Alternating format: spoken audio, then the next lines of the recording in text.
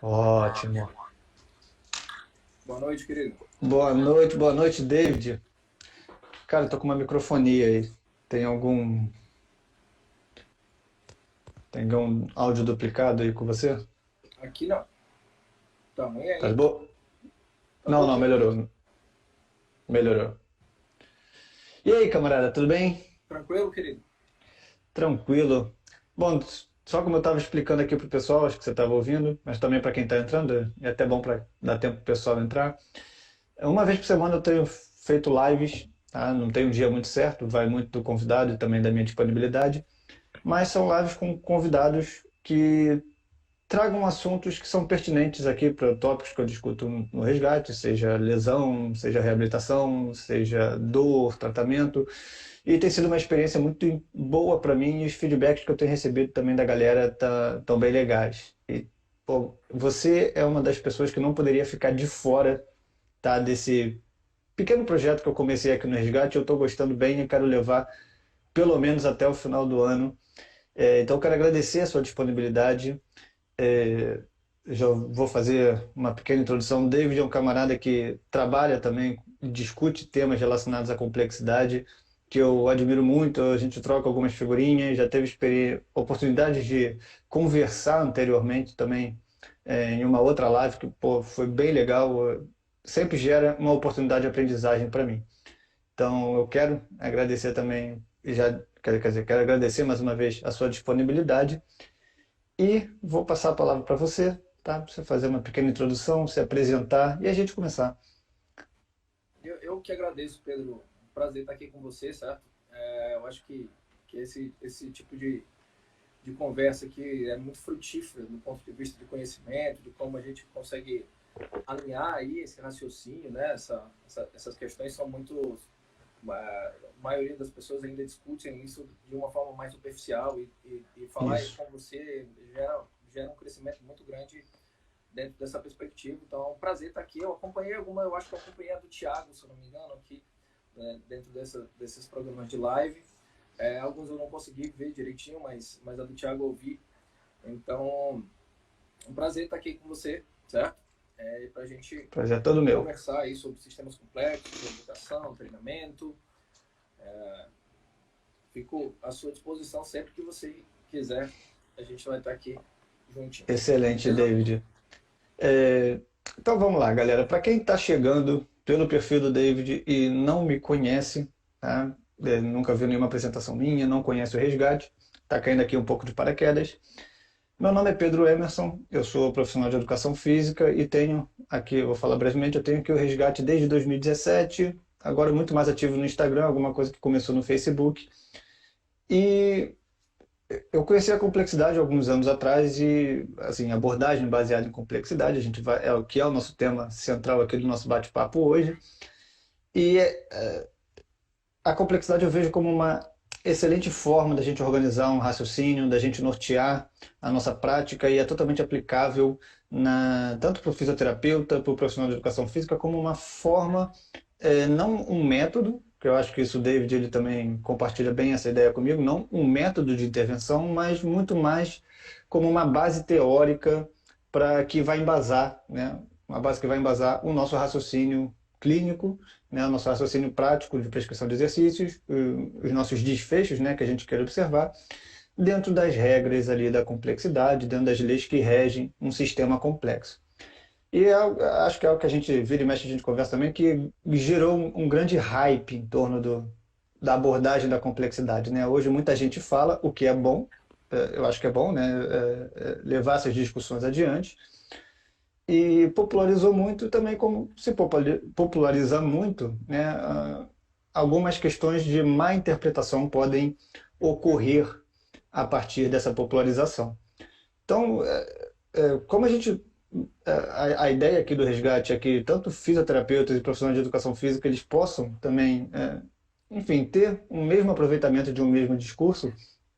Eu acho que essa live aqui, eu acho que ela, por mais que eu queira me aprofundar em algumas coisas, eu acho que ela vai ter mais um papel de um grande tirar dúvidas. Eu recebi algumas perguntas que elas são bem interessantes a respeito de complexidade, de como levar para a prática, que é uma dúvida que de modo geral as pessoas têm. Mas e vamos ver como é que a gente vai desenrolando aqui, né? A ideia mesmo é um bate-papo e não uma entrevista simplesmente. Mas, David, então eu vou te passar a palavra. Fala um pouquinho da sua carreira e como você chegou à complexidade. Por que você começou a trabalhar com complexidade ou estudar complexidade? Essa história, eu acho que eu conto várias vezes ela aqui no Instagram. Eu já falei várias vezes dessa forma como eu comecei Uhum, dentro dessa perspectiva, que foi um começo meio aleatório, assim, não foi premeditado nada aí. Começa quando eu estava na faculdade. Eu fiz fisioterapia primeiro do que educação física. Então, eu fiz fisioterapia ainda muito jovem, ainda não tinha tanta cabeça assim para entender bem as coisas, assim, e dentro desse segmento, assim, um semestre depois que eu me formei na fisioterapia, eu já entrei na educação física. E dentro da educação física, dentro de uma disciplina de psicologia geral, a uhum, professora me pediu um trabalho sobre o Edgar Morin, e foi aí que eu conheci a complexidade. Eu fiz o trabalho para a disciplina e ela quis apresentar em congresso e tal, projeitar o trabalho, me deu alguns direcionamentos ali para tornar o trabalho ali mais apresentável, e com isso acabou entrando na minha vida. De alguma forma, o Edgar Morin começou a entrar. Eu ainda não conseguia visualizar essas relações com a minha área de uhum. atuação. Era só um trabalho meio que biográfico sobre o Edgar Morin, e tinha dentro ali um componente da teoria da complexidade que eu comecei a estudar por causa desse trabalho. E depois de um tempo ela falou: procura alguma coisa na tua área que aplique isso aí, porque isso aí é aplicado em todas as áreas de conhecimento. Aí eu falei: mas na educação física, na fisioterapia, até então eu nunca tinha visto nada parecido com isso. Assim, a gente está falando aqui da quase 20 anos atrás. Vai entregar, Faz né? quase, faz quase 20 anos isso. Então, ainda não tinha ainda essa aplicação, ainda não tinha essa. E eu conheci o trabalho do Cal Newell. A primeira coisa Sei. que eu li sobre isso foi o trabalho do Cal Newell sobre organismo, tarefa e ambiente, as restrições dinâmicas. E a partir daí foi que eu comecei a visualizar outras coisas. E fui entrando na complexidade numa época que esse discurso não entraria. Assim, não dava o discurso, porque se você imaginar a dificuldade que é você passar aí no resgate do movimento, toda essa informação que você passa, todos esses contrapontos que você faz, e você imagina isso há 20 anos atrás, como é que Sim. funcionava, né? Há quase 20 anos atrás, o cenário era outro, era um cenário completamente diferente, tanto dentro da fisioterapia quanto dentro da educação física. E com o passar do tempo, eu fui evoluindo nesse sentido, buscando um caminho por aí, buscando respostas. E dentro da complexidade eu encontrei muitas das respostas que eu procurei em outros métodos, em outras vertentes aí de pensamento, e até então não tinha encontrado. Eu sou, desde muito cedo, assim, desde que eu entrei nessas áreas, assim, eu sou muito... eu não sei exatamente qual o termo que eu poderia usar, mas eu sou muito pé atrás com tudo, entendeu? Então, tipo, eu sempre Sim. busquei um negócio que eu conseguisse aceitar dentro das profissões, entendeu? Das duas profissões, porque algumas coisas não batiam comigo, assim, eu não me respondiam, e eu procurei em muitos lugares, entendeu? Eu procurei na terapia manual muito tempo, RPG, osteopatia. Eu procurei dentro da educação física no Michael Boyle, na Exos, em todas essas escolas de treinamento, e assim, não respondiam ali as minhas perguntas. E dentro da complexidade eu achei um caminho onde Fazia foi, sentido, foi né? bem mais promissor para mim, esse caminho da Sim. complexidade, do que os outros locais onde eu estava buscando respostas e até então não tinha encontrado. É, é interessante porque eu já ouvi você fazer, né, essa explicação, mas acho que sempre quando você repete, você acaba colocando outras questões. Essa questão histórica é muito importante, né? 20 anos atrás era realmente muito diferente. Há 10 anos atrás era muito diferente. Há 10 anos atrás, por exemplo, aqui no Rio de Janeiro estava muito popular a questão do FMS, eles estavam trazendo, né? Eu fiz em 2013, e na época, pô, 2013, assim, fazia sentido também levar o FMS e essas abordagens para a prática, né? Até que uma hora parou de fazer sentido, né? Até que uma hora que, quando a gente tem algumas perguntas, né, e tem algumas ferramentas que não conseguem responder a essas perguntas, nem te dá uma direção, que é como o caso de testes funcionais, né? Enfim, como qualquer metodologia que eu digo que são mais engessadas, fica a gente continua fazendo perguntas e questionando não o problema talvez, mas sim a própria metodologia, né? Aquilo que norteia, o próprio Michael Boyle que você falou, né? Aquelas questões mais engessadas e pouco flexíveis que a gente consegue explorar ali na prática. Eu entrei nesse universo da complexidade, acho que primeiro pela abordagem mais de sistemas dinâmicos em relação a tratamento de dados. Isso foi mais uma coisa no mestrado que eu tive um conhecimento, então foi mais tardio do que você, mas assim, eu senti a necessidade que eu tinha muita coisa para ler e já tinha muito mais coisas. Isso foi talvez 2015, 16, 17. Já tinha muito mais coisa publicada e acessível para mim do que quando você começou, com certeza. E hoje também acho que é muito mais fácil a gente trazer e estar fazendo essa live conversando sobre isso. Hoje é muito mais fácil para o resgate eu trazer alguns temas.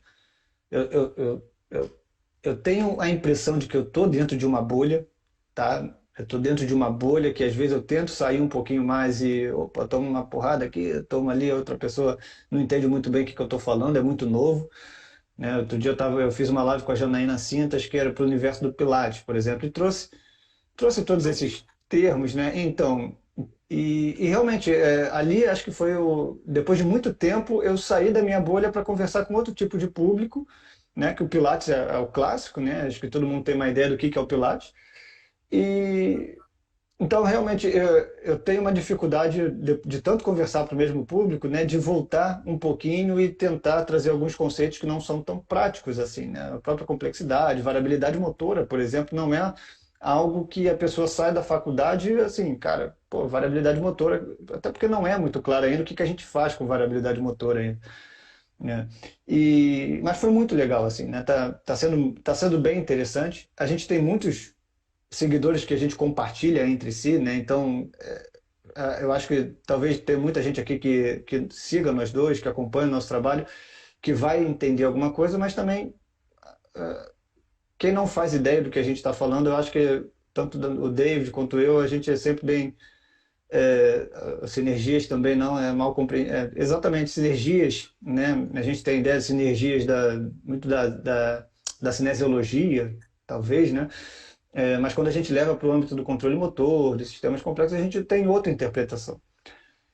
E então eu comecei, né, primeiro pelos sistemas dinâmicos e dos sistemas dinâmicos para a complexidade eu acho que é um pulo muito rápido assim, né? E também fez muito mais sentido para mim eu conseguir fazer alguns contrapontos com o que a literatura, e principalmente em reabilitação de dor, né, e reabilitação funcional, ela tem de limitações, que a fisioterapia já vem publicando uma série né, de artigos, de publicações que vão questionando isso e colocar isso sob uma ótica da complexidade fez muito mais sentido para mim, por isso que eu também me entusiasmei muito em continuar entrando nesse universo. Eu acho que Mas, esse momento sim, é um momento de organização, né? De raciocínio, essa isso, popularização que você tocou, eu acho que ela vai trazendo também mal entendidos, entendeu? Ela vai trazendo todo um negócio que eu me preocupo muito com a banalização, a trivialização das coisas, isso, entendeu? Então, essa é uma tecla que eu bato muito, porque eu acho que a contribuição é exatamente essa, é um olhar mais amplo, entendeu? Eu acho que essa questão do reducionismo versus complexidade é exatamente trazer esse raciocínio maior, né? Trazer esse raciocínio mais amplo para dentro da nossa área, que até muito pouco tempo atrás era inviável, né? isso, Há 20 exato. anos atrás era inviável. As mídias sociais, né? Acho que cada um ter a voz, né? A oportunidade de falar um pouco, acho que popularizou muito e a gente não ficou refém daqueles grandes autores de 20, 10 anos atrás, né? Que esperava eles virem Tem isso com também. os livros, né? Então hoje está muito E a mais aplicação acessível. prática, né? Também trouxe a aplicação prática, que era uma coisa que, Isso, na época, pelo menos não era visual, assim, essa aplicação direta há 20 anos atrás. Assim, você exato. tinha um discurso, e o discurso fazia sentido. O discurso tinha todo um sentido envolvido ali. Era nichado ainda, era bem nichado. Era Uhum. muito envolvido na psicologia, muito envolvido nas pessoas que trabalhavam com desenvolvimento motor, na educação física, até um pouco mais voltado para a escola do que para treinamento em si. Isso. Mas fazia sentido o discurso, mas não existia uma prática, uma representação prática desses conceitos que hoje existe. Sim, e eu acho bom, muito bom. A educação física está abraçando isso, a fisioterapia está abraçando isso. Tem, né, seus questionamentos, tem o pessoal que vai interpretar de uma maneira como, enfim, leviana e tal, mas faz parte de qualquer processo de discussão. Eu não sei como é que você percebe isso, assim, mas assim, eu não sei se eu tenho uma bolha, assim, eu acho que eu não tenho uma bolha tão bolha, assim, eu vi suas publicações lá com o Pilates, eu não consegui assistir a live, mas eu vi a publicação. Aham. E você percebe claramente que é uma saída de bolha.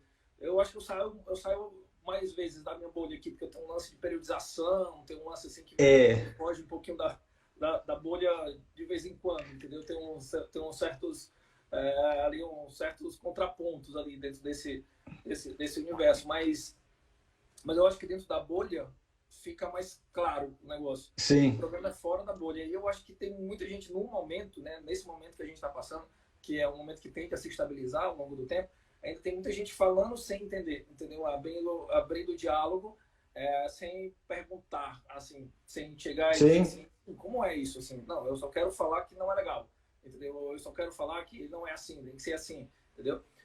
Tem mais Vai, gente, vai, né, vai contra as minhas crenças, logo mais gente eu vou me falando do que defender, né? nesse momento. Né? E quando eu conheci seu trabalho, eu também fiquei assim, cara, tá, outra pessoa falando de complexidade, né? Falando as coisas que eu tô falando, mas, né, como é que ele está falando? Eu fiquei assim, pô, será que ele colocou isso dentro de uma metodologia? E eu vi que não, a sua questão era muito mais educacional, os seus posts são muito educacionais, são bem interessantes, você traz algumas questões que realmente é, s- são polêmicas, né? E eu gosto disso também, porque eu acho que é assim que a gente acessa mais pessoas. E uma frase que você vira e mexe, você coloca, e acho que você colocou também como uma pergunta, que eu acho que pode ser um bom ponto para a gente começar a trazer alguns conceitos, né? E também aplicabilidade, que é a questão da carga em disfunção. Disfunção entre aspas, que eu também acho interessante. É,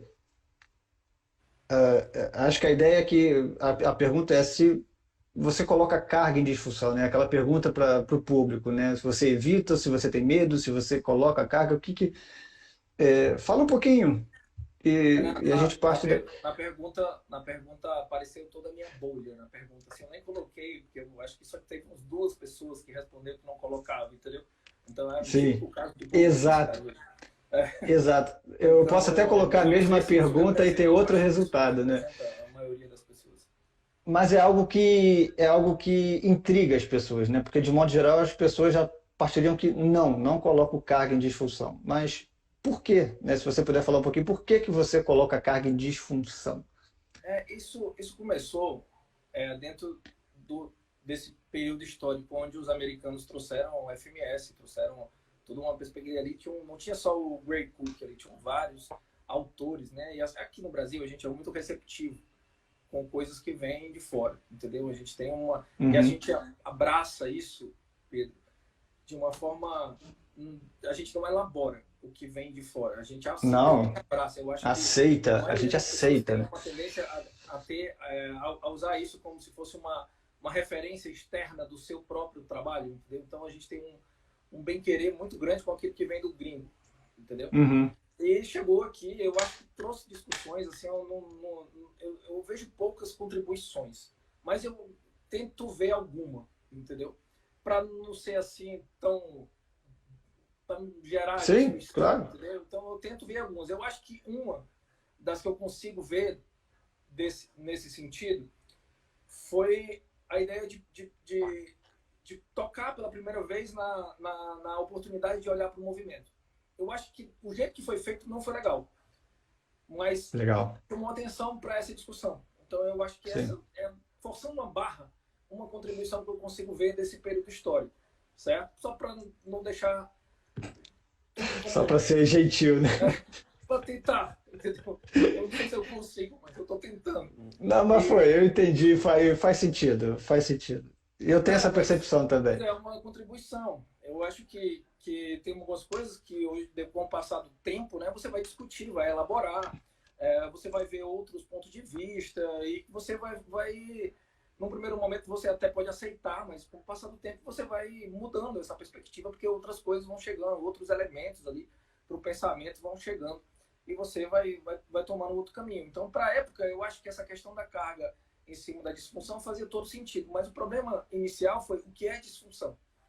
Se você Isso. pegar lá o período histórico que você vivenciou já como profissional, e as pessoas que estão assistindo a live, os que vivenciaram isso como profissional, devem perceber muito claramente isso. Você tinha um FMS, que eram 7 testes ali.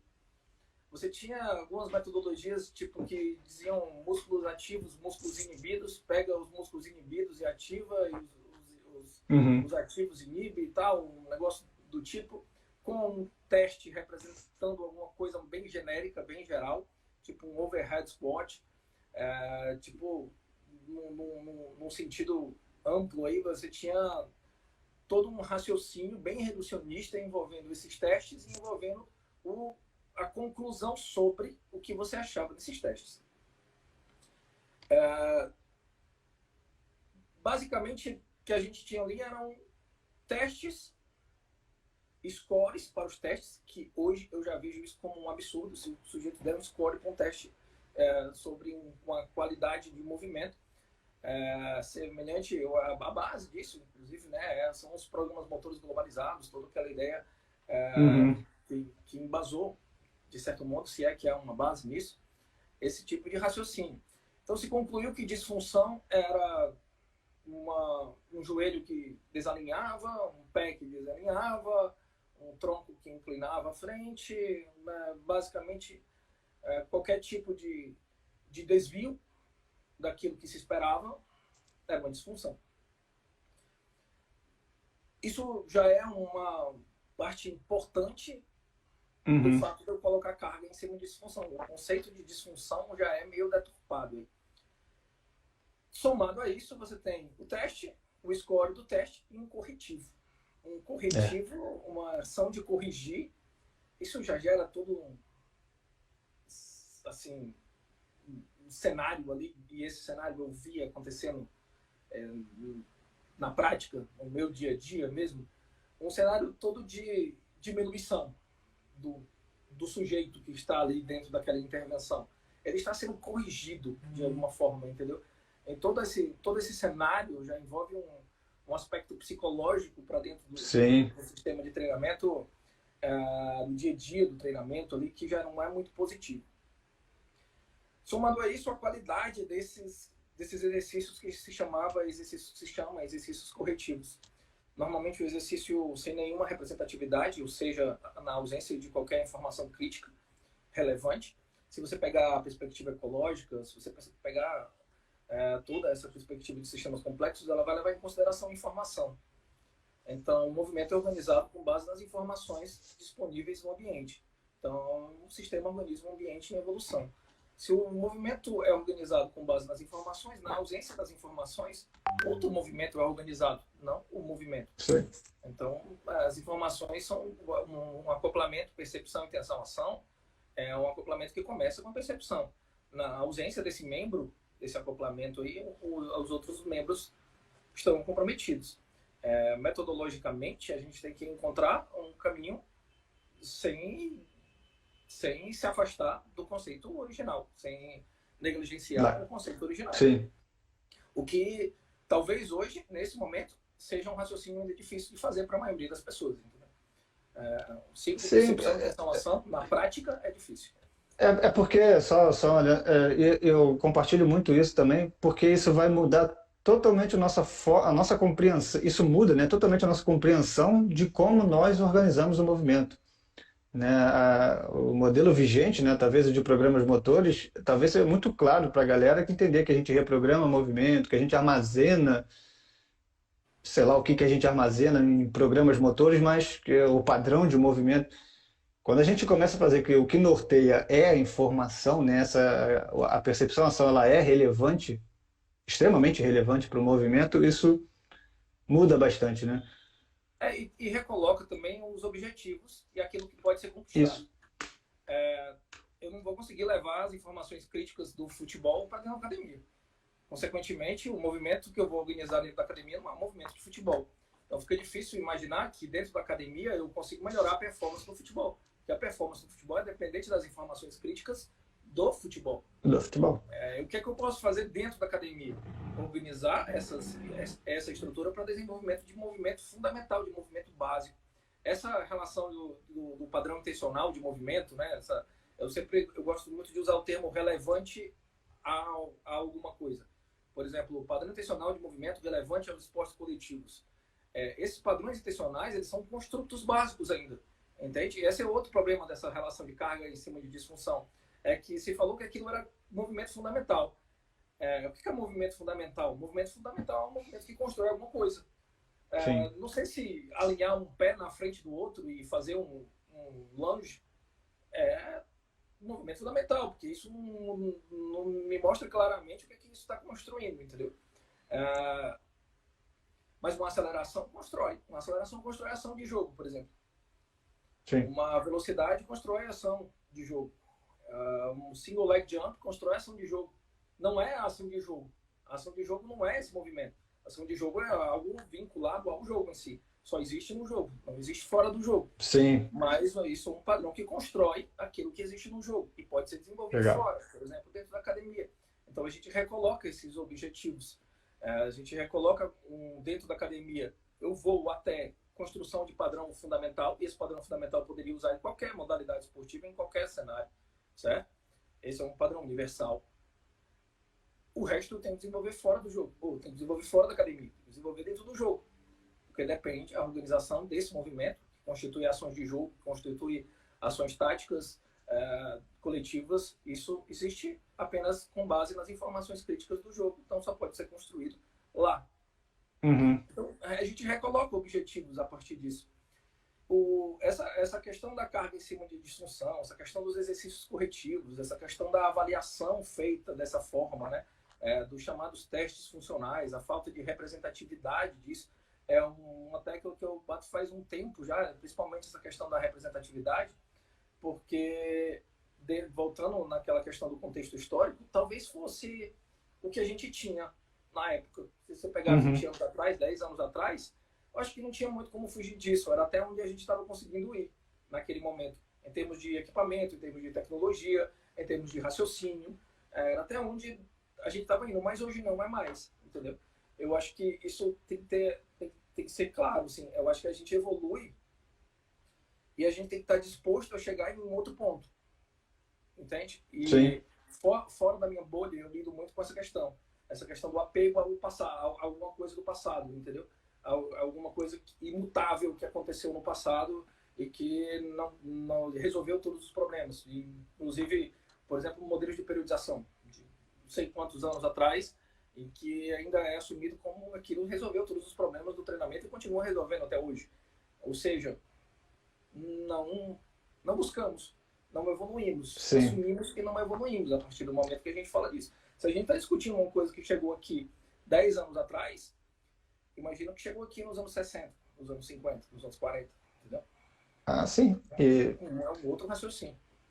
É interessante, todas essas abordagens, elas também estão disponíveis desde a década de 70, né? Desde a década de 80, já vem tendo uma construção, uma visão direcionada para isso. O modelo biopsicossocial que tanto se fala hoje não é coisa de 5 anos, de 10 anos atrás, já vem tendo um construto também há anos, mas precisaram revisitar, né?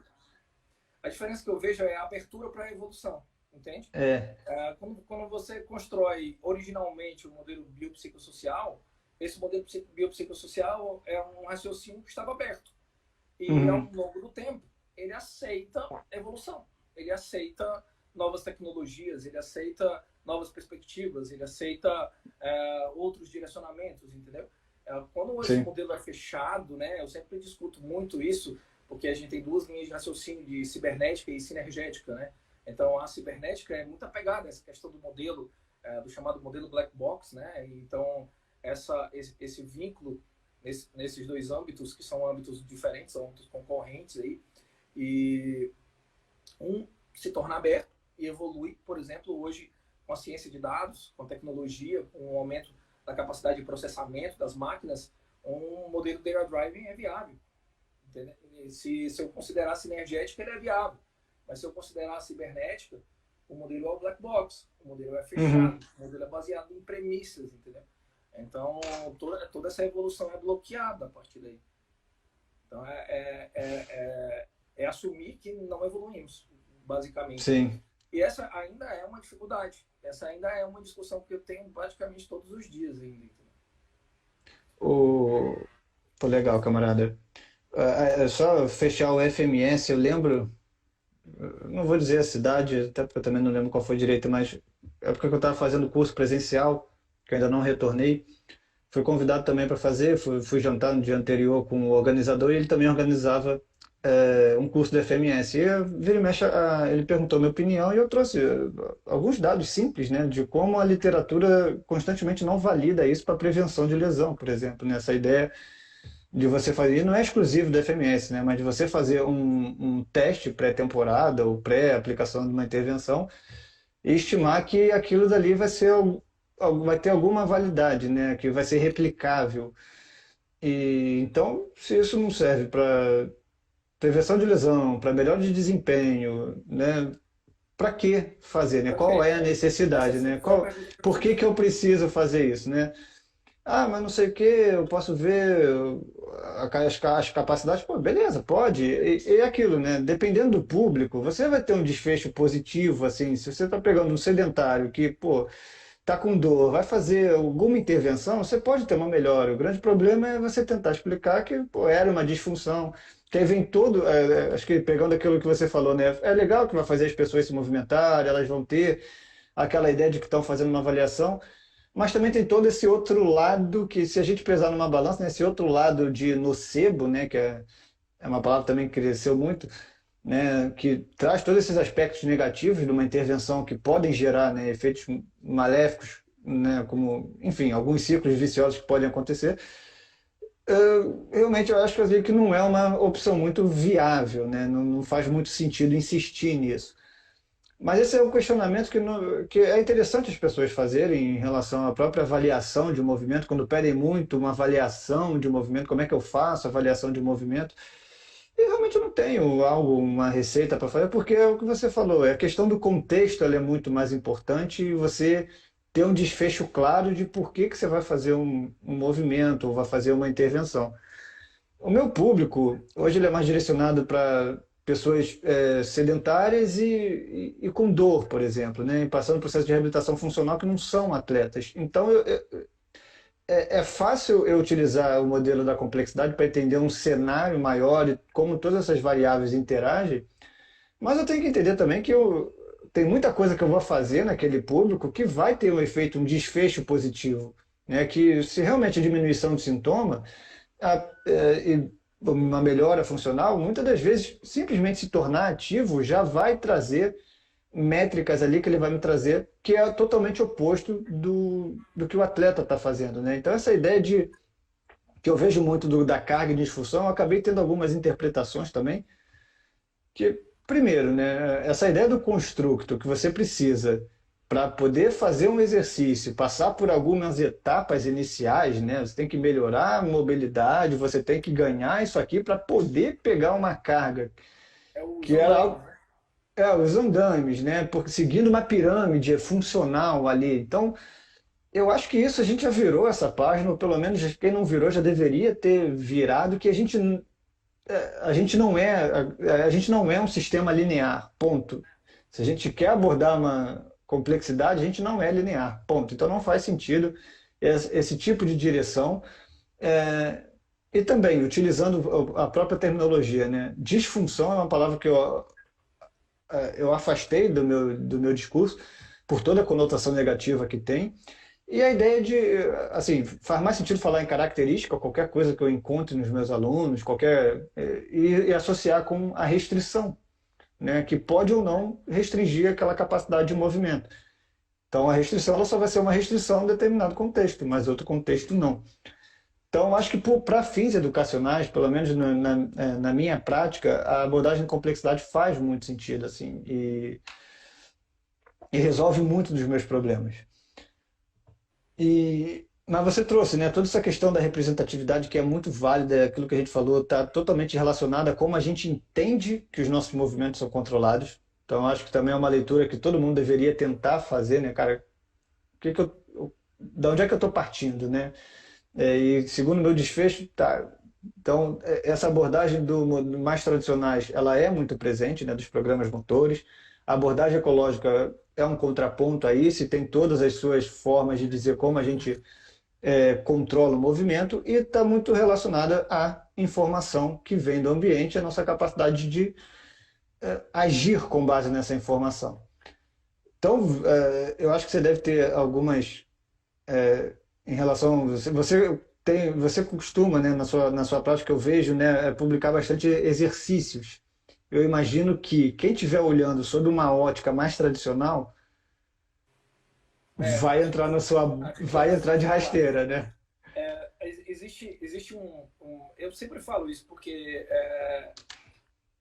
os exercícios, a estrutura dos exercícios, elas são direcionadas para algo específico, né? Essa questão dos andaimes aqui que você tocou, a, a preparação geral, de uma forma ampla, a preparação geral dominou todo um raciocínio sobre treinamento ao longo do tempo. E depois, nos últimos anos, a fisioterapia também abraçou um pouco essa linha de exercícios gerais, que deu origem a um monte de coisa ao longo dos anos.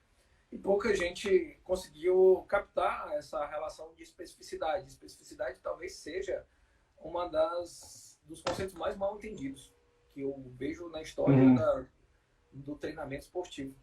Porque a gente teve que dar um conceito e a gente pegou um conceito tipo a especificidade é a similaridade de sistemas energéticos.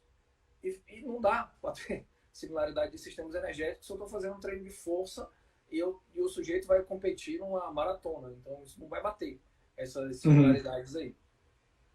E a dinâmica ecológica, ela traz essa perspectiva de especificidade com base no campo de affordances, nas coincidências da informação. Se é um ciclo percepção, intenção, ação, se eu tiver coincidência naquilo que eu percebo, eu tenho coincidência na organização do movimento gerado a partir dessa informação. Essas estruturas, obviamente, essas são as chamadas affordances, né? O campo de affordances, o Franz Bosch usa o nome matriz sensorial de especificidade, mas eu prefiro o campo de affordances. Uhum. Exatamente para chamar atenção para esse conceito de affordances. Affordances é um negócio que está lá para todo mundo, mas nem todo mundo consegue Nem perceber. todo mundo tem a capacidade de perceber. Se a gente, Ou. se a gente entende que essa estrutura das affordances fazem parte da organização do movimento ou são o guia de organização de movimento, o principal guia da organização do movimento, eu preciso abrir algumas portas para chegar no ponto onde eu consiga perceber essas affordances, onde os atletas consigam perceber essas affordances. Então eu preciso de um processo de construção. Mas esse processo de construção não pode ser alheio a esse campo de affordances. Entende? Uhum. Então, por exemplo, tem exercícios isométricos. Os exercícios isométricos, dentro dessa perspectiva que a gente traz aqui, eu jamais vou dizer para você que se eu fizer exercícios isométricos, eu vou melhorar a performance em algum esporte. Mas eu abro uma porta. Essa porta é a porta da função muscular. Legal. Daqui a pouco eu falo um pouco sobre essa questão da função muscular especificamente aqui.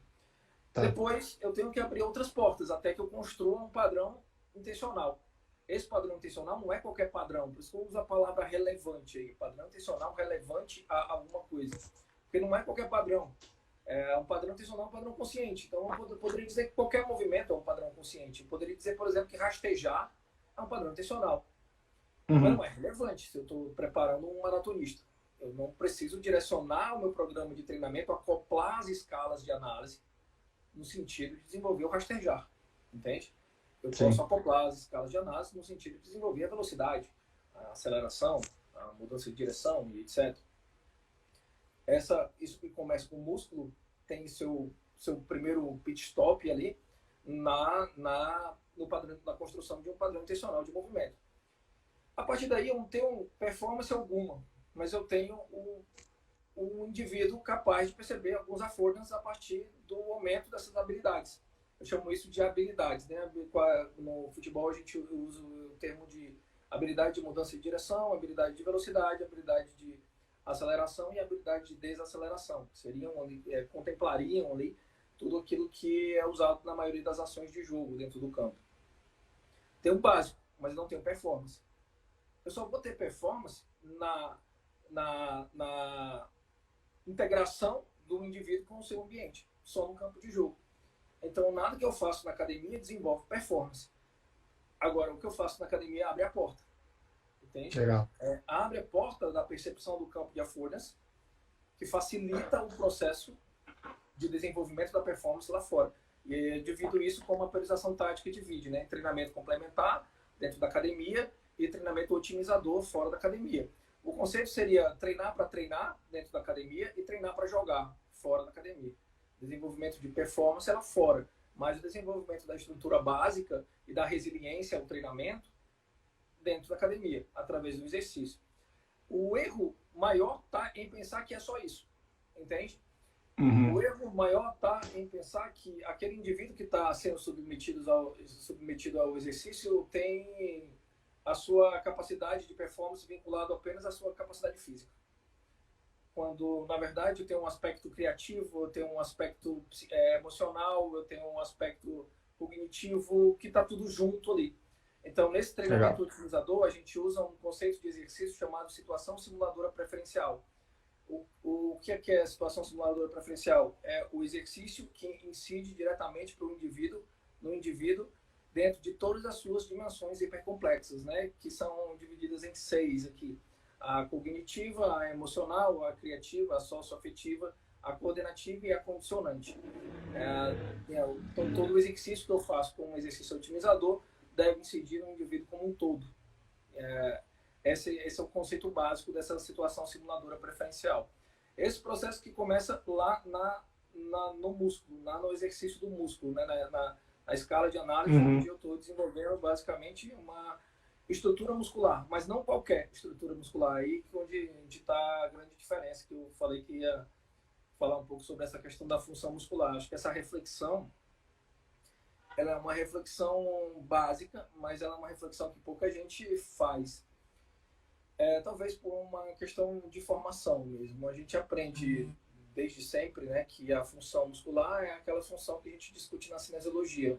A função dos isquiotibiais é fazer extensão do quadril e flexão do joelho e etc. No entanto, dentro de aquilo, eu sempre falo que essa formação é extremamente vinculada ao fisiculturismo. Muito vinculada à musculação. Então, tudo que a gente aprende é pouco aplicável a qualquer outra coisa que não seja o fisiculturismo. E função é uma coisa que é destinada a cumprir algum propósito. E basicamente, músculos, dentro desse cenário funcional, cumpre 3 coisas. Músculos amplificam, o músculo não existe só, né? O músculo existe integrado a uma unidade músculo-tendinha. Essa escala, que a gente chama de escala de músculo, na verdade é uma escala de unidade músculo-tendinha. Então, uma unidade músculo-tendinha, ela amplifica a energia, ou ela atenua a energia, ou ela conserva a energia. Essas 3 funções, elas estão diretamente ligadas a você produzir velocidade, a você produzir aceleração. Por exemplo, eu amplifico energia para produzir aceleração, eu conservo energia para produzir velocidade, eu atenuo energia para produzir desaceleração. As mudanças de direção, elas têm híbridos, né, entre essas funções aí, dependendo das condições contextuais. Mas função é essa. E dentro dos exercícios que eu coloco lá muitas vezes no Instagram, os exercícios isométricos representam essas 3 funções a nível de músculo. Se eu resolver o problema dessas 3 funções, eu resolvo o problema do movimento, eu resolvo o problema da performance? Não, eu só resolvo o problema do músculo. Essas adaptações, elas estão ali naquela escala. O próximo escala é outro processo pedagógico. Jogo é outro processo pedagógico. Ou seja, exercícios de naturezas diferentes. O professor Vitor Frade, da periodização tática, ele meio que essa parte de movimento básico, né, e essa parte de músculo é meio negligenciada na periodização tática de uma forma geral. Mas ele tem um conceito para os jogos de campo reduzido que são fractais do jogo. Jogo de campo reduzido é um fractal do jogo, ou seja, é uma estrutura que é em escala reduzida, mas que preserva todas as essências do jogo. Ou seja, o jogo de campo reduzido, como exercício, ele Uhum. é o exercício como fractal do jogo. E a mesma coisa a gente pode falar, por exemplo, para o músculo. O exercício do músculo é um fractal Um da função fractal. muscular. O exercício do movimento, do padrão intencional de movimento, é um fractal do padrão intencional de movimento. Ou seja, aquilo que tem no exercício preserva a essência do padrão intencional de movimento real. Aquilo que tem no exercício do músculo preserva a essência da função muscular. É uma escala reduzida, mas uma Uhum. escala integrada. Então, esses exercícios obedecem a uma hierarquia e obedecem a adaptações escala a escala que a gente vai desenvolvendo no sentido, e eu sempre deixo isso claro, no sentido de abrir affordances. Toda a construção desse programa de treinamento tem como ponto final uma vivência real, uma vivência Sim, de mundo. E essa vivência de mundo é dependente da capacidade do indivíduo ter a habilidade de, de perceber a affordances, que não está aberta caso o indivíduo não seja apto o suficiente para percebê-las, entendeu? Então, é a construção do programa de treinamento. Não sei se esse mesmo raciocínio serviria para públicos que não chegam a esse outro lado, né? A gente até usa isso, a gente entende que situações de tomada de decisão, situações de adaptabilidade, elas são muito fundamentais. Então, não poderia deixar isso de fora de um programa de treinamento para nenhum sujeito. Se eu pretendo desenvolver algum tipo de função, ou se eu pretendo desenvolver, através do treinamento, através do exercício, ampliar aí as capacidades de um indivíduo, isso tem que ser feito trabalhando em cima de tomada de decisão, de adaptabilidade, de uma capacidade de lidar com situações sim. realmente desafiantes, entende? Então, de qualquer forma, independente do público, a gente chegaria ali. Claro que no esporte isso fica bem mais claro, né? Eu tenho realmente Sim. algo bem fechado, diferente do sujeito não esportista, que eu não sei exatamente quais são os desafios que ele vai ocorrer, né? Muita gente pensa É, que o esporte é é é mais palatável o mais fácil. resultado, né? Você mensurar o resultado, né? Uhum. É mais fácil. E é mais fácil saber onde eu tenho que chegar, entendeu? O... Pô, excelente. Você toca muito na questão da periodização. Dentro de toda essa dinâmica, né, de organização de exercícios, desse raciocínio, como é que você toma as suas decisões para mudança de estágios? Como é que você organiza seus estágios de treinamento? Como você foge de uma periodização mais tradicional, né, que é muito clara para todo mundo? Então, esse programa de exercícios no médio e longo prazo, como é que ele evolui? Essa pergunta, ela é uma pergunta que é meio recorrente aqui também, né? A gente Imagina. ficou mais acostumadas com a gente se acostumou a ter essas, que eu acho que também foi uma evolução para o que a gente tinha antes, ter critério mais objetivo de fase a fase, Uhum. é uma evolução. O problema é a qualidade do critério. Eu não uso teste funcional, eu não uso teste funcional há muitos anos já. Todas as avaliações que a gente faz, então todos os critérios que a gente usa para saltar de, um, de, um, de um estágio de treinamento para outro estágio, eles são baseados em dados que a gente extrai de cenários reais. Seja com acelerômetro, seja com GPS, seja com aplicativo de celular, que quando eu comecei a falar disso, eu falei, se a gente precisar comprar um equipamento para fazer avaliação, acho que a maioria das pessoas não vão comprar. Então, a facilidade do aplicativo de celular, a facilidade do uso do giroscópio, do acelerômetro, do próprio celular, Sim, facilita muito essa possibilidade de extração de dados em tempo real, que é um ponto, é um estágio. E o segundo estágio é como tratar esses dados. E eu acho que isso é uma discussão que eu acho importantíssima.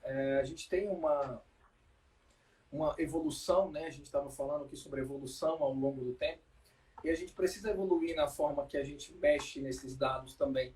A gente tem uma sim, limitação da estatística frequentista que está na hora da gente começar a olhar para ela.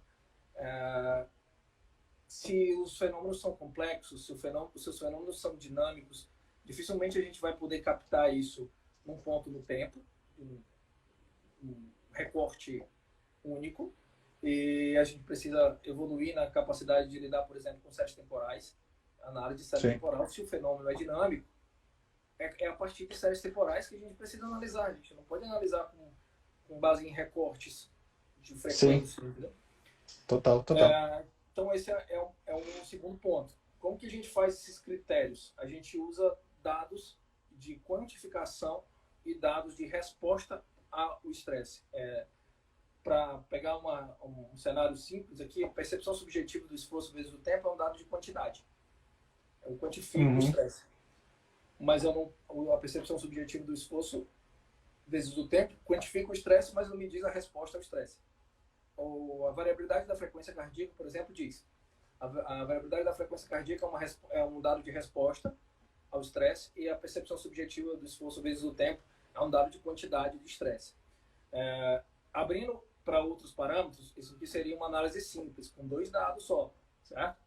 E a gente tem, por exemplo, a análise de jerk cinemático como dado de resposta qualitativa ao estresse mecânico. E no futebol a gente usa o player load ou body load, que é a somatória das acelerações e desacelerações nos 3 eixos. É um dado de acelerametria triaxial. Então, mesma coisa, o player load é um dado de quantidade, o jerk é um dado de qualidade, ou seja, é um dado de resposta à carga. Dados de questionário, mas questionários guiados para pontos cognitivos específicos, como, por exemplo, os estados de humor, ou QBA, eu gosto muito do QBA, o questionário de Burnout para atletas, ele me dá uma condição de quantificar estresse crônico, que é muito comum nesses cenários de esporte. Esse estresse crônico é muito visual, muito palpável no esporte. É um negócio bem significativo, então ele me dá uma resposta Sim. muito boa. Então, dados de carga cognitiva, que é um negócio que todo mundo deixa de fora, carga cognitiva influencia muito na performance, mas influencia de uma maneira significativa que faz com que isso dentro do esporte, principalmente do esporte profissional, isso não pode ficar de fora. Não pode. Não existe justificativa para não haver uma quantificação de estresse cognitivo. Porque isso influencia a performance no mesmo grau que o déficit biomecânico ou o déficit fisiológico. Não tem diferença entre essas Sim, faz variáveis. sentido. Então, se você quantifica o déficit fisiológico, ou se você quantifica o estresse fisiológico e não quantifica o estresse cognitivo, você não fez nada. Entendeu? E aí eu estou falando de um cenário onde tem que ter tudo. Está falando do Uhum. esporte profissional. Isso é quantificado e colocado em rede, né? Então já tem um outro cenário aqui de utilização de redes para integrar essas quantidades e esses dados de resposta aqui. Ao longo do tempo, tanto dentro da reabilitação quanto dentro do treinamento, o que a gente vai ver é como esse atleta está evoluindo. Tem um dado semanal, por exemplo, como o jerk. Normalmente a gente faz isso dentro de um movimento que é totalmente representativo e quantifica uma vez por semana o jerk. E aí a gente vai vendo como o jerk evolui ao longo do tempo. Tem semana que o jerk aumenta. Essa semana a gente sabe que a resposta à carga mecanicamente foi pior. E o jerk, à medida que o jerk vai diminuindo, a gente sabe que a gente está evoluindo bem e o atleta está respondendo de forma significativa em termos de qualidade de movimento. Junto com esse raciocínio, tem o dado subjetivo. E o dado subjetivo eu acho riquíssimo. Eu acho o dado subjetivo mais rico do que o quantitativo. Mas o dado Legal. subjetivo é difícil de explicar. E o dado subjetivo é dependente de educação. E o dado que é dependente de educação, ele é mais complicado porque a gente precisa de uma integração, de uma pedagogia anterior para lidar com esse tipo de captação. Mas se a gente conseguir isso, a gente tem um dado muito rico. Então, essas 2 frentes é a forma que a gente faz sem nenhum teste funcional, né? Sem nenhum teste indireto. Não tem nenhum teste indireto. Todos esses dados são captados pós-treino, É uma pós-jogo, análise totalmente pós-força. contínua, né, cara? É quase que em É a tempo forma que a real rede ali. evolui ao longo do tempo que nos guia aqui. Sim. É, só para eu talvez tornar mais, traduzir um pouquinho algumas ideias que você colocou aqui agora. A ideia da série temporal, eu acho que ela é muito abraçada dentro dessa ótica, né? Até na literatura, né? Então traz algumas métricas para a gente. Eu tendo a fazer uma associação como sendo uma evolução da biomecânica, né? A biomecânica tradicional, ela aquela análise do ângulo máximo do joelho, enfim, né, a biomecânica clássica, né, daquelas métricas clássicas cinemáticas que a gente tem na literatura, elas também têm sido revisitadas e que trazem um pouco, se aproximam um pouco da ideia de variabilidade, de medidas de entropia. Então, tem outros tipos de tratamento de dado, que não é simplesmente, né, o frame que você trouxe aqui, né, uma foto do que aconteceu. Então, tem uma pessoa correndo, eu não estou mais interessado no ângulo máximo do joelho quando ele, sei lá, faz o contato do pé com o chão. Então, que muitos daqueles aplicativos, né, tradicionais, a gente faz o desenho do ângulo e faz a medida, e a partir daí a gente toma a decisão, né? A ideia da série temporal é que a gente analise o comportamento inteiro de alguma variável, pode até ser da cinemática do joelho, ao longo de, sei lá, estamos falando de corrida, de alguns ciclos, sei lá, da fase de suporte, pronto, uma questão sequencial, né? Foram, sei lá, 2 minutos, foram, sei lá, 30 fases de suporte, a gente consegue fazer o tratamento de dados no comportamento do movimento inteiro. Isso faria mais sentido para responder algumas perguntas relacionadas a uma abordagem mais baseada em sistemas dinâmicos, sistemas complexos. O que, aí voltando à estatística, né, o que eu também vejo como uma limitação na literatura, porque ainda está se batendo cabeça sobre as métricas, né, e as medidas que a gente está utilizando. Tem muitas medidas por aí, né, então, né, você fala do jerk, né, que é uma medida, né, o jerk para mim não é algo tão trivial, tá? Se depois você puder explicar um pouquinho, porque ela não está dentro da literatura que normalmente eu utilizo, tá? Mas entropia, o coeficiente, o LYE, né? Eles fazem mais sentido, mas também com outras medidas de análise contínua, né? A fase relativa contínua, o vector coding, também são outras medidas de acoplamento que já fogem da biomecânica tradicional e já servem para dar um cenário maior sobre o que acontece, por exemplo, quando uma pessoa tem dor, um histórico de lesão, como é que é esse comportamento de movimento e uma ideia da gente também interpretar a variabilidade. Eu acho que todas essas aí são expertises que precisam ser desenvolvidas, né? Quando a gente fala de evolução, é óbvio que vector coding, fase relativa, um dia desse que é um diagrama de Voronoi, que tudo isso é expertise que você vai desenvolver. São expertises do mundo atual. São diferentes Sim, das expertises do mundo anterior. À medida que o mundo evolui, outras necessidades vão chegando. E eu acho que existe a necessidade de aprender sobre novas perspectivas aí. Para mim também não foi fácil, eu cheguei nisso depois. Faz uns anos aí sim. que eu estou com esse lance de dados, assim, muito dentro dessa questão, mas desde o começo eu sempre entendi, um negócio que eu preciso estudar E porque eu não estudei, entendeu? Não, eu acho que é Acho uma necessidade que vai vindo em várias áreas, assim, né? Todas as áreas acabam se aproximando da ciência de dados, né? No mundo moderno, no várias áreas. futuro, os próximos 10 anos, eu acho que vai ser um curso que todo mundo vai precisar fazer em E algum isso é outra momento, né? coisa que a gente, todas as áreas estão seguindo nesse caminho. Parece que a ciência do esporte, a reabilitação, elas têm um freio ali. Por que não seguir pelo caminho que todo É, mundo está seguindo? Não tem nenhuma área que não esteja seguindo esse rumo. Talvez não seja o modelo vigente hoje, mas será o modelo vigente no futuro. Não tem nem para onde vai, correr. porque é engraçado, tem esse freio, mas aí sim, tanto no meio esportivo, no meio de reabilitação, enfim, na fisioterapia, quando o pessoal, os pesquisadores chegam em algum ponto, em um limite que já não conseguem mais responder a pergunta a partir de metodologias mais tradicionais de análise de dados, né, de tratamento estatístico, começam já a pular o muro também para a área de dados, né, para a área de tecnologia, inteligência artificial, que para mim ainda é muito novo.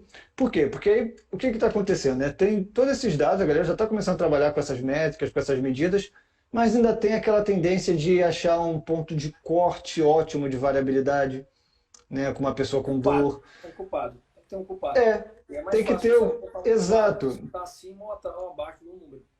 Né? Então, pô, você vai ter alguns estudos que vão dizer que muita variabilidade é característico de lesão, outros vão ter que baixa variabilidade é característico de lesão, mas estão usando métricas totalmente diferentes. Né? Sim. Então, então ainda tem essa patinada que a literatura está dando. E, então, quando me perguntam, né, assim, a interpretação que normalmente a gente tem que analisar muito o contexto individual e ter algo muito claro do que a gente está comparando, né? Pode ser o mesmo indivíduo com um outro ponto do tempo, né? Eu imagino que também na sua prática acaba sendo uma questão muito mais individualizada para a sua tomada de decisão, mesmo quando é num esporte em É, grupo, certo? tem esse propósito, né? E eu acho que inclusive essa é uma evolução que do ponto de vista científico a gente tem que fazer, a gente tem que começar a ter o mesmo raciocínio do achado científico do desenho experimental aplicável a um cenário de tomada de decisão. Porque Uhum. se esse gap sempre foi muito grande, mas se a gente aumentar esse gap, manter esse gap tão grande, uma coisa não vai bater com a outra. Né? Eu acho que, inclusive, essa questão de dinâmica ecológica, essa questão de coordenação, acho que chega também com essa contribuição de diminuir o gap que sempre existiu entre o achado científico e o sujeito que está ali na prática, Sim. que não consegue ver onde aquela correlação entre duas variáveis se encaixa num cenário que tem um monte de variável interagindo ali, entendeu? Tem Então, muitas isso delas que a é gente uma questão. não conhece ainda, né? Tem muitas variáveis que a gente não conhece e Que a também não gente tem sabe, como medir, né? Por exemplo. e algumas são negligenciadas por falta de conhecimento. Por exemplo, Sim, os fatores cognitivos. Entende? sim, você usa medidas subjetivas, né? Muito Então, diminuídas. Me incomoda muito a diminuição. Me incomoda muito a dizer, pô, citar o fator psicológico, por exemplo. Colocar lá uhum, uma linha dizendo fatores psicológicos são importantes. Mas, assim, é como se fosse. O sujeito dá uma aula inteira, fala sobre biomecânica, fala sobre é, fisiologia, e tem uma linha lá, fatores psicológicos. Entendeu? Sendo que pronto. não é assim. O fator psicológico tem a mesma relevância. Não existe uma análise, principalmente numa análise onde você tem estrutura para ter tudo, como é o caso do esporte de alto rendimento, não existe analisar a biomecânica e a fisiologia e não analisar o aspecto cognitivo e emocional. Essas variáveis, elas têm peso igual, elas têm relevância igual. Então, Aí fazendo ponto, né? Não só para o desempenho, mas também para a própria ocorrência da lesão, né? claro, A própria gestão da lesão, que talvez era para ser o ponto principal aqui, mas eu acho que até para isso, né? Então, de certa maneira, eu acho que para isso também, não tem como dissociar o aspecto do mau desempenho com a ocorrência de lesão. Não tem como eu trabalhar um programa de treinamento que desenvolve um que nos leva a baixa performance e esperar que isso vá prevenir lesão. Eu vou ficar usando o termo prevenir, que você salvou a minha vida usando o termo prevenir, que é uma das coisas mais chatas que eu acho no mundo. Toda vez que eu falo prevenção de lesão, vem algum cara muito chato e diz, não é prevenção de a lesão, é não sei o que, gerenciamento de gestão de risco. risco acaba ficando uma É questão de chato demais. nomenclatura, mas todo mundo entende, né? Talvez algum tempo atrás eu era o chato também que falava, não, gestão de risco, mas todo mundo entende quando a gente está Todo mundo falando hoje, né, entende, cara? exatamente. O Prevenção de lesão processo da é lesão, acho que todo mundo entende, né? O desfecho, o final é que ninguém quer que aconteça uma lesão, ponto. Né? exato. Não é bem-vindo. Ninguém está treinando Todo para mundo ter uma busca. lesão, né? Mas assim, É, não há essa dissociação entre aquilo que é alta performance e aquilo que uhum, é redução do risco de lesão. Não tem como eu reduzir o risco de lesão com baixa performance. Esses dois lados dessa moeda aí, e essa tecla já é uma tecla que eu já bato há muito tempo, porque eu me formei nas duas profissões, é, hoje em dia, para mim, eu não consigo ver diferença entre um e outro. Assim, se eu estiver fazendo uma reabilitação e se eu estiver fazendo treinamento, não vai dar para saber. Se você entendi. chegar lá e ficar olhando, você não vai saber se eu estou fazendo reabilitação ou se estou fazendo um treinamento, porque essas Andam coisas têm acoplados, uma né? relação íntima que é indissociável. É. Não tem como quebrar isso em dois pontos ou em dois raciocínios diferentes, entendeu? O que é redução de risco de lesão é também promoção de performance. Não tem como fugir disso. Tanto que esse gerenciamento que eu falei aqui, né, esse gerenciamento da quantificação do estresse e da resposta ao estresse, eu uso nos dois cenários. O programa de reabilitação também evolui a partir do momento que a gente promove estresse, a gente aumenta a quantidade de estresse promovido dentro do programa de treinamento e o atleta, o paciente, responde positivamente a esse estresse. E aí a gente vai sabendo disso a partir de uma rede que evolui ao longo do programa como um todo. O... Você tem muitos dados já, né, guardados e analisados entre seus atletas, entre, enfim, quem passou pela sua mão com esse tipo de abordagem. Você tem alguma ideia de fazer alguma publicação, algum ensaio Cara, clínico? eu tenho, assim, eu só não tenho. Hoje eu estava até escrevendo aqui hoje sobre isso, e dentro desses dados, a gente. E hoje eu percebi que eu já teria uma quantidade de dados suficientes para fazer para Uhum. fazer, para publicar esses dados de uma forma geral, mas o problema é que é muito heterogêneo isso, entendeu? Eu não tenho dados de um cenário só, então um cenário de uma quantidade de cenários aqui contextuais muito diferentes, mas, por exemplo, dados de jerk, que é uma coisa que eu já uso há muito Sim. tempo, é, entropia, né, análise de série temporal, acho que a gente já tem como fazer isso.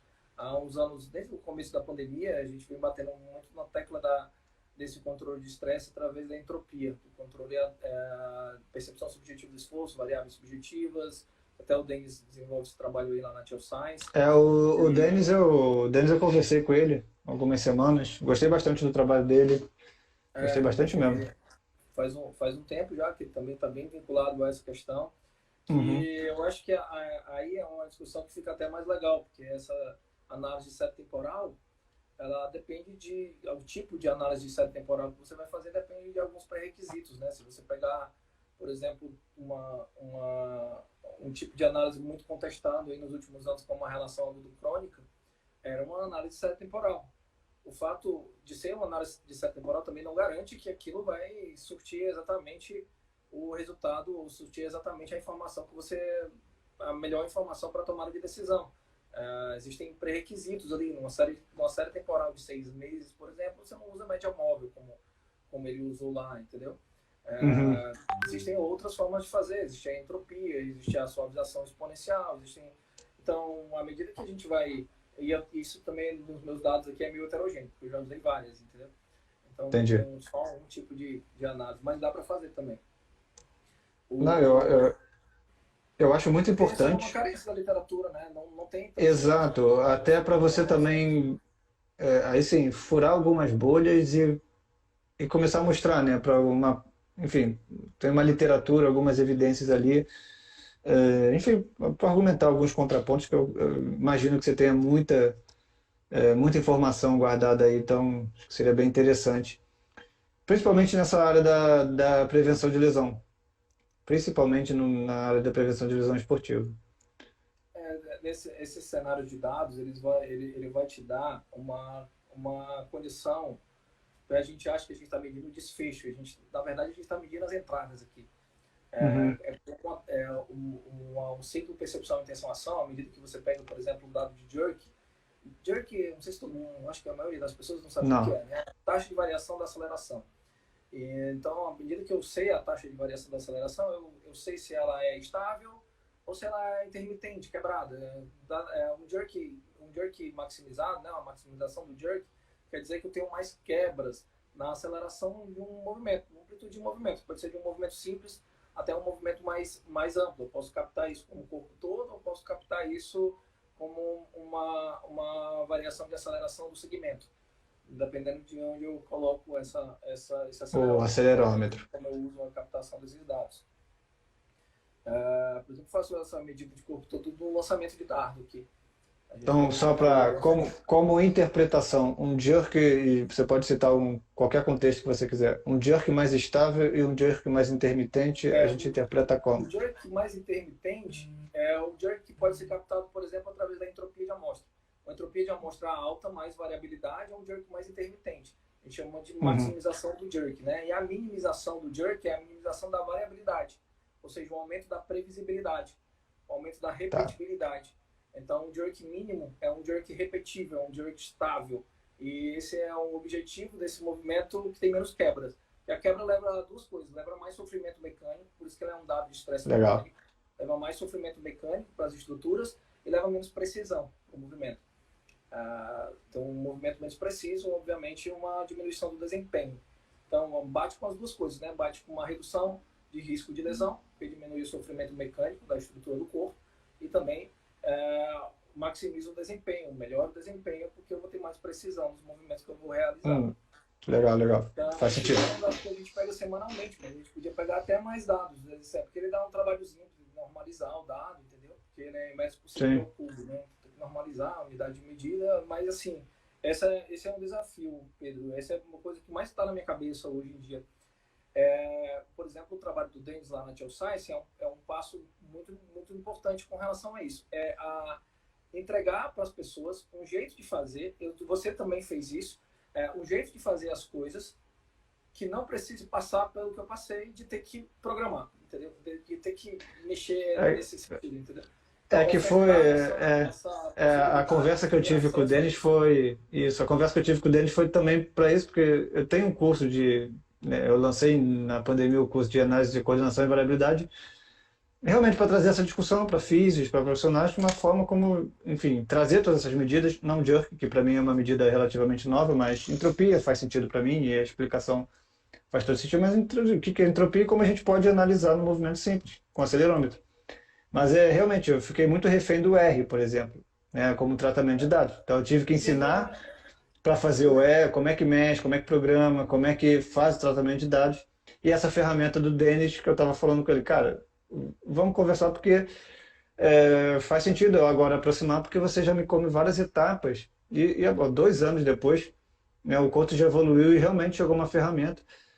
E coisa que não tem, né? Não tem no mercado. Não tem, exatamente. Esse eu acho que é o maior desafio. É entregar, porque ninguém vai no R, ninguém vai fazer o procedimento, ninguém vai no Python, eu uso muito Python. Só quem está no meio acadêmico. Programação e linha de código, entendeu? Então, isso aí afasta, de certo modo. Então, afasta. Tornar isso mais prático e direto, essa análise mais direta dessa estrutura, o PCA, eu acho fundamental, assim.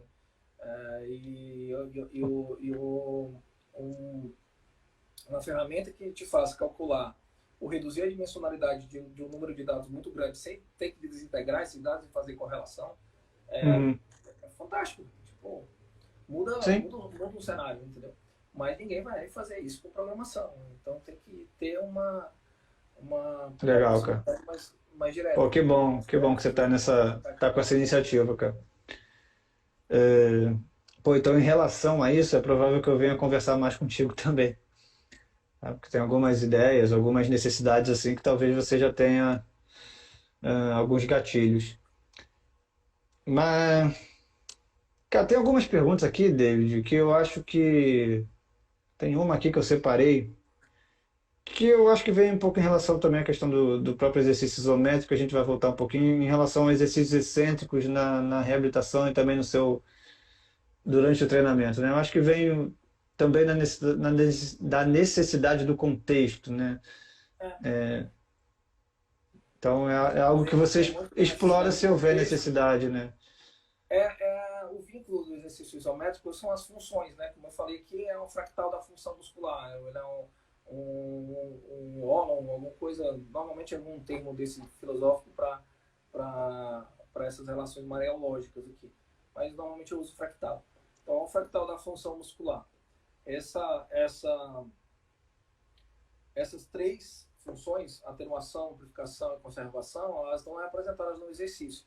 Eu não conseguiria representar isso num exercício excêntrico, nem a atenuação, porque quando isso é uma outra coisa que dificulta esse entendimento. Assim, a execução, a atenuação ruim não é para ser treinada. Eventualmente, as pessoas sob fadiga, as pessoas sob condições de menor aptidão, elas vão atenuar a energia excentricamente. Mas eu não vou treinar para ela atenuar a energia excentricamente. Eu vou treinar para ela poupar o músculo e sobrecarregar uma estrutura que é mais apta a essa sobrecarga, que é o tendão. Ou seja, eu vou trabalhar essa conservação, vou trabalhar essa atenuação no sentido de manter o fascículo muscular isometricamente e colocar, né, reposicionar essa sobrecarga para a estrutura do tendão, que dentro do todo, né, da unidade músculo-tendinho como um todo, eu vou ter um cenário de fluxo de energia mais favorável. Então, eu vou treinar isso aí. Se eu treinasse excentricamente esse músculo, E onde está? Eu vejo que a maioria das pessoas vão atenuar a energia excentricamente. E o trabalho é fazer com que elas não atenuem a energia excentricamente, porque isso é desfavorável para a estrutura do músculo.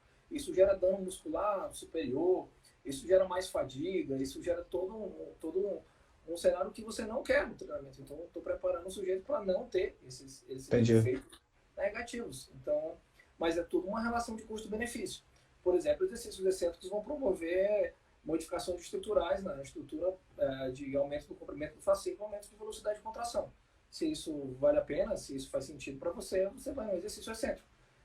Geralmente, no custo-benefício, para mim não vale a pena o exercício excêntrico, Legal. mas é algo a ser pesado, entendeu? Assim como os exercícios explosivos, concêntricos, balísticos, entendeu? Dentro dessa estrutura, desse raciocínio de exercícios isométricos, a gente tem um exercício isométrico na cabeça da maioria das pessoas é um exercício parado, né? E não necessariamente nesse raciocínio que a gente está fazendo, o exercício não é parado. A gente tem o que a gente chama de rima, né? Que são os holdings, que são exercícios isométricos com características excêntricas. Tem os pimas, que são os pushings, que são exercícios isométricos com características concêntricas. E os chamados quase isométricos, né? São ali exercícios onde você tem um movimento muito rápido, que é rapidamente atenuado, rapidamente absorvido. A sobrecarga dos exercícios quase isométricos é a maior de todas aqui. São os catches. Então, são características diferentes que contemplam essas três funções musculares. Então, eu poderia resolver todos os meus problemas com exercícios isométricos, mas, eventualmente, eu uso exercícios balísticos. Eventualmente, eu uso exercícios excêntricos na maioria das vezes não, mas eventualmente eu posso usar, não descartaria a possibilidade. Né? Exercícios explosivos, concêntricos e etc. Essa relação com a função muscular é o que guia esse raciocínio, é o que guia essa construção. Porque eu preciso abrir a porta, e essa porta é uma porta funcional. Ela não é uma porta estrutural. Por exemplo, para fazer um contraponto, o Franz Bosch define os estados atratores a partir da arquitetura do músculo, entendeu? Beleza, que essa arquitetura do músculo pode servir a algum propósito nesse raciocínio aqui, mas eu não posso definir um estado atrator, que é um estado favorável, é um estado previsível, é um estado estável, né, um estado de baixa entropia desse sistema, a partir da arquitetura. Eu tenho que definir a partir da função, porque esse estado atrator tem que cumprir uma função, no final das contas. Se ele não cumprir uma função, ele vai ser basicamente um tipo de comportamento sem vínculo. Então, se ele não tem vínculo, eu não consigo acoplar essas escalas. A escala de músculo tem um propósito funcional. Eu preciso chegar a esse objetivo. Dar suporte a um movimento onde haverá atenuação, conservação e amplificação de forças externas. Então, essa capacidade do indivíduo de lidar com forças externas lá na frente, ela começa aqui. Então, se eu vou definir um estado atrator a nível de músculo, eu tenho que definir em termos de função, não em termos de estrutura. Legal, cara. É aquela questão também do que norteia o raciocínio, né, do profissional, né? Cara, David, estamos chegando aqui ao final, cara. Para não estender muito, apesar de... Acho que a última vez a gente foi 2 horas de live, foi um bate-papo bom, né? Que eu não sei nem se o Instagram permite. Mas hoje na live, com certeza, vários termos, eles não são tradicionais para muitas das pessoas que estão assistindo. É novidade para muita gente. Eu vou te deixar a palavra, cara. Como é que as pessoas podem conhecer mais o seu trabalho? Tá? Você tem cursos, você tem Instagram, você tem curso online, presencial. Fala um pouquinho, tá? Como é que as pessoas podem te achar e aprender mais sobre isso tudo? A gente tem uma estrutura de cursos, né? A gente tem dois cursos básicos, um curso introdutório, que esse eu só recomendo para quem realmente não entrou ainda. Quem já entrou, eu acho que fica básico, entendeu? Que é realmente para termos, basicamente termos, introdução a sistemas complexos. Tem um outro curso que é aberto a todos, que é o Perception, que é um curso sobre percepção. Esse curso é todo teórico, ele tem uma relação muito mais com filosofia, com psicologia, do que com prática de treinamento. Ele é voltado para isso, ele tem o propósito dele é esse. E, por incrível que pareça, é um dos cursos que eu mais recebo feedback positivo. E, para mim, também é o melhor curso que eu acho, assim, onde eu me sinto melhor de estar, é o Perception. Então, começamos aí no início da pandemia com esse com esse curso e tanto em termos de feedback favorável, quanto para mim também está sendo uma experiência Uhum. muito legal. E a partir daí a gente tem as certificações, né? Nossa certificação tem 3 módulos, ela é presencial, ela é toda presencial e ela é uma teórico-prática. Essa certificação de 3 módulos está em algumas cidades aí do Brasil. A gente está em São Paulo agora com turma aberta, a gente vai começar aqui em Fortaleza, no Rio, a gente teve esse ano, Curitiba, Porto Alegre, Vitória esse ano. A gente teve em várias cidades do Brasil com a certificação, essa de 3 módulos. E a partir da conclusão dessa certificação, a gente abre os cursos avançados, que são 3 cursos. Um é sobre dados, que a gente vai ter a primeira turma ainda. O outro é sobre periodização e o outro é sobre uma análise qualitativa, né, chamado Skylograms, que gira em torno de a visualização em mundo real, basicamente a variação em mundo real. Mas esses são abertos apenas para quem já concluiu essa certificação base. A gente vai ter um agora, se eu não me engano, no próximo final de semana, mas esse não é Legal. aberto a todos. Aberto a todos, a gente tem a certificação de 3 módulos, o Perception e a Introdução a Sistemas Complexos. O Perception vai ter uma turma ainda esse ano. Acredito que para o final do ano aí a gente vai ter mais Legal. uma turma de Perception, esse é online. Certo? E o Instagram tá aí. Eu estou o dia todo aqui no Instagram, né? Galera que fala comigo. E às vezes eu demoro um pouquinho para responder, mas é alguns minutos só. Mas eu respondo todo mundo aqui sempre.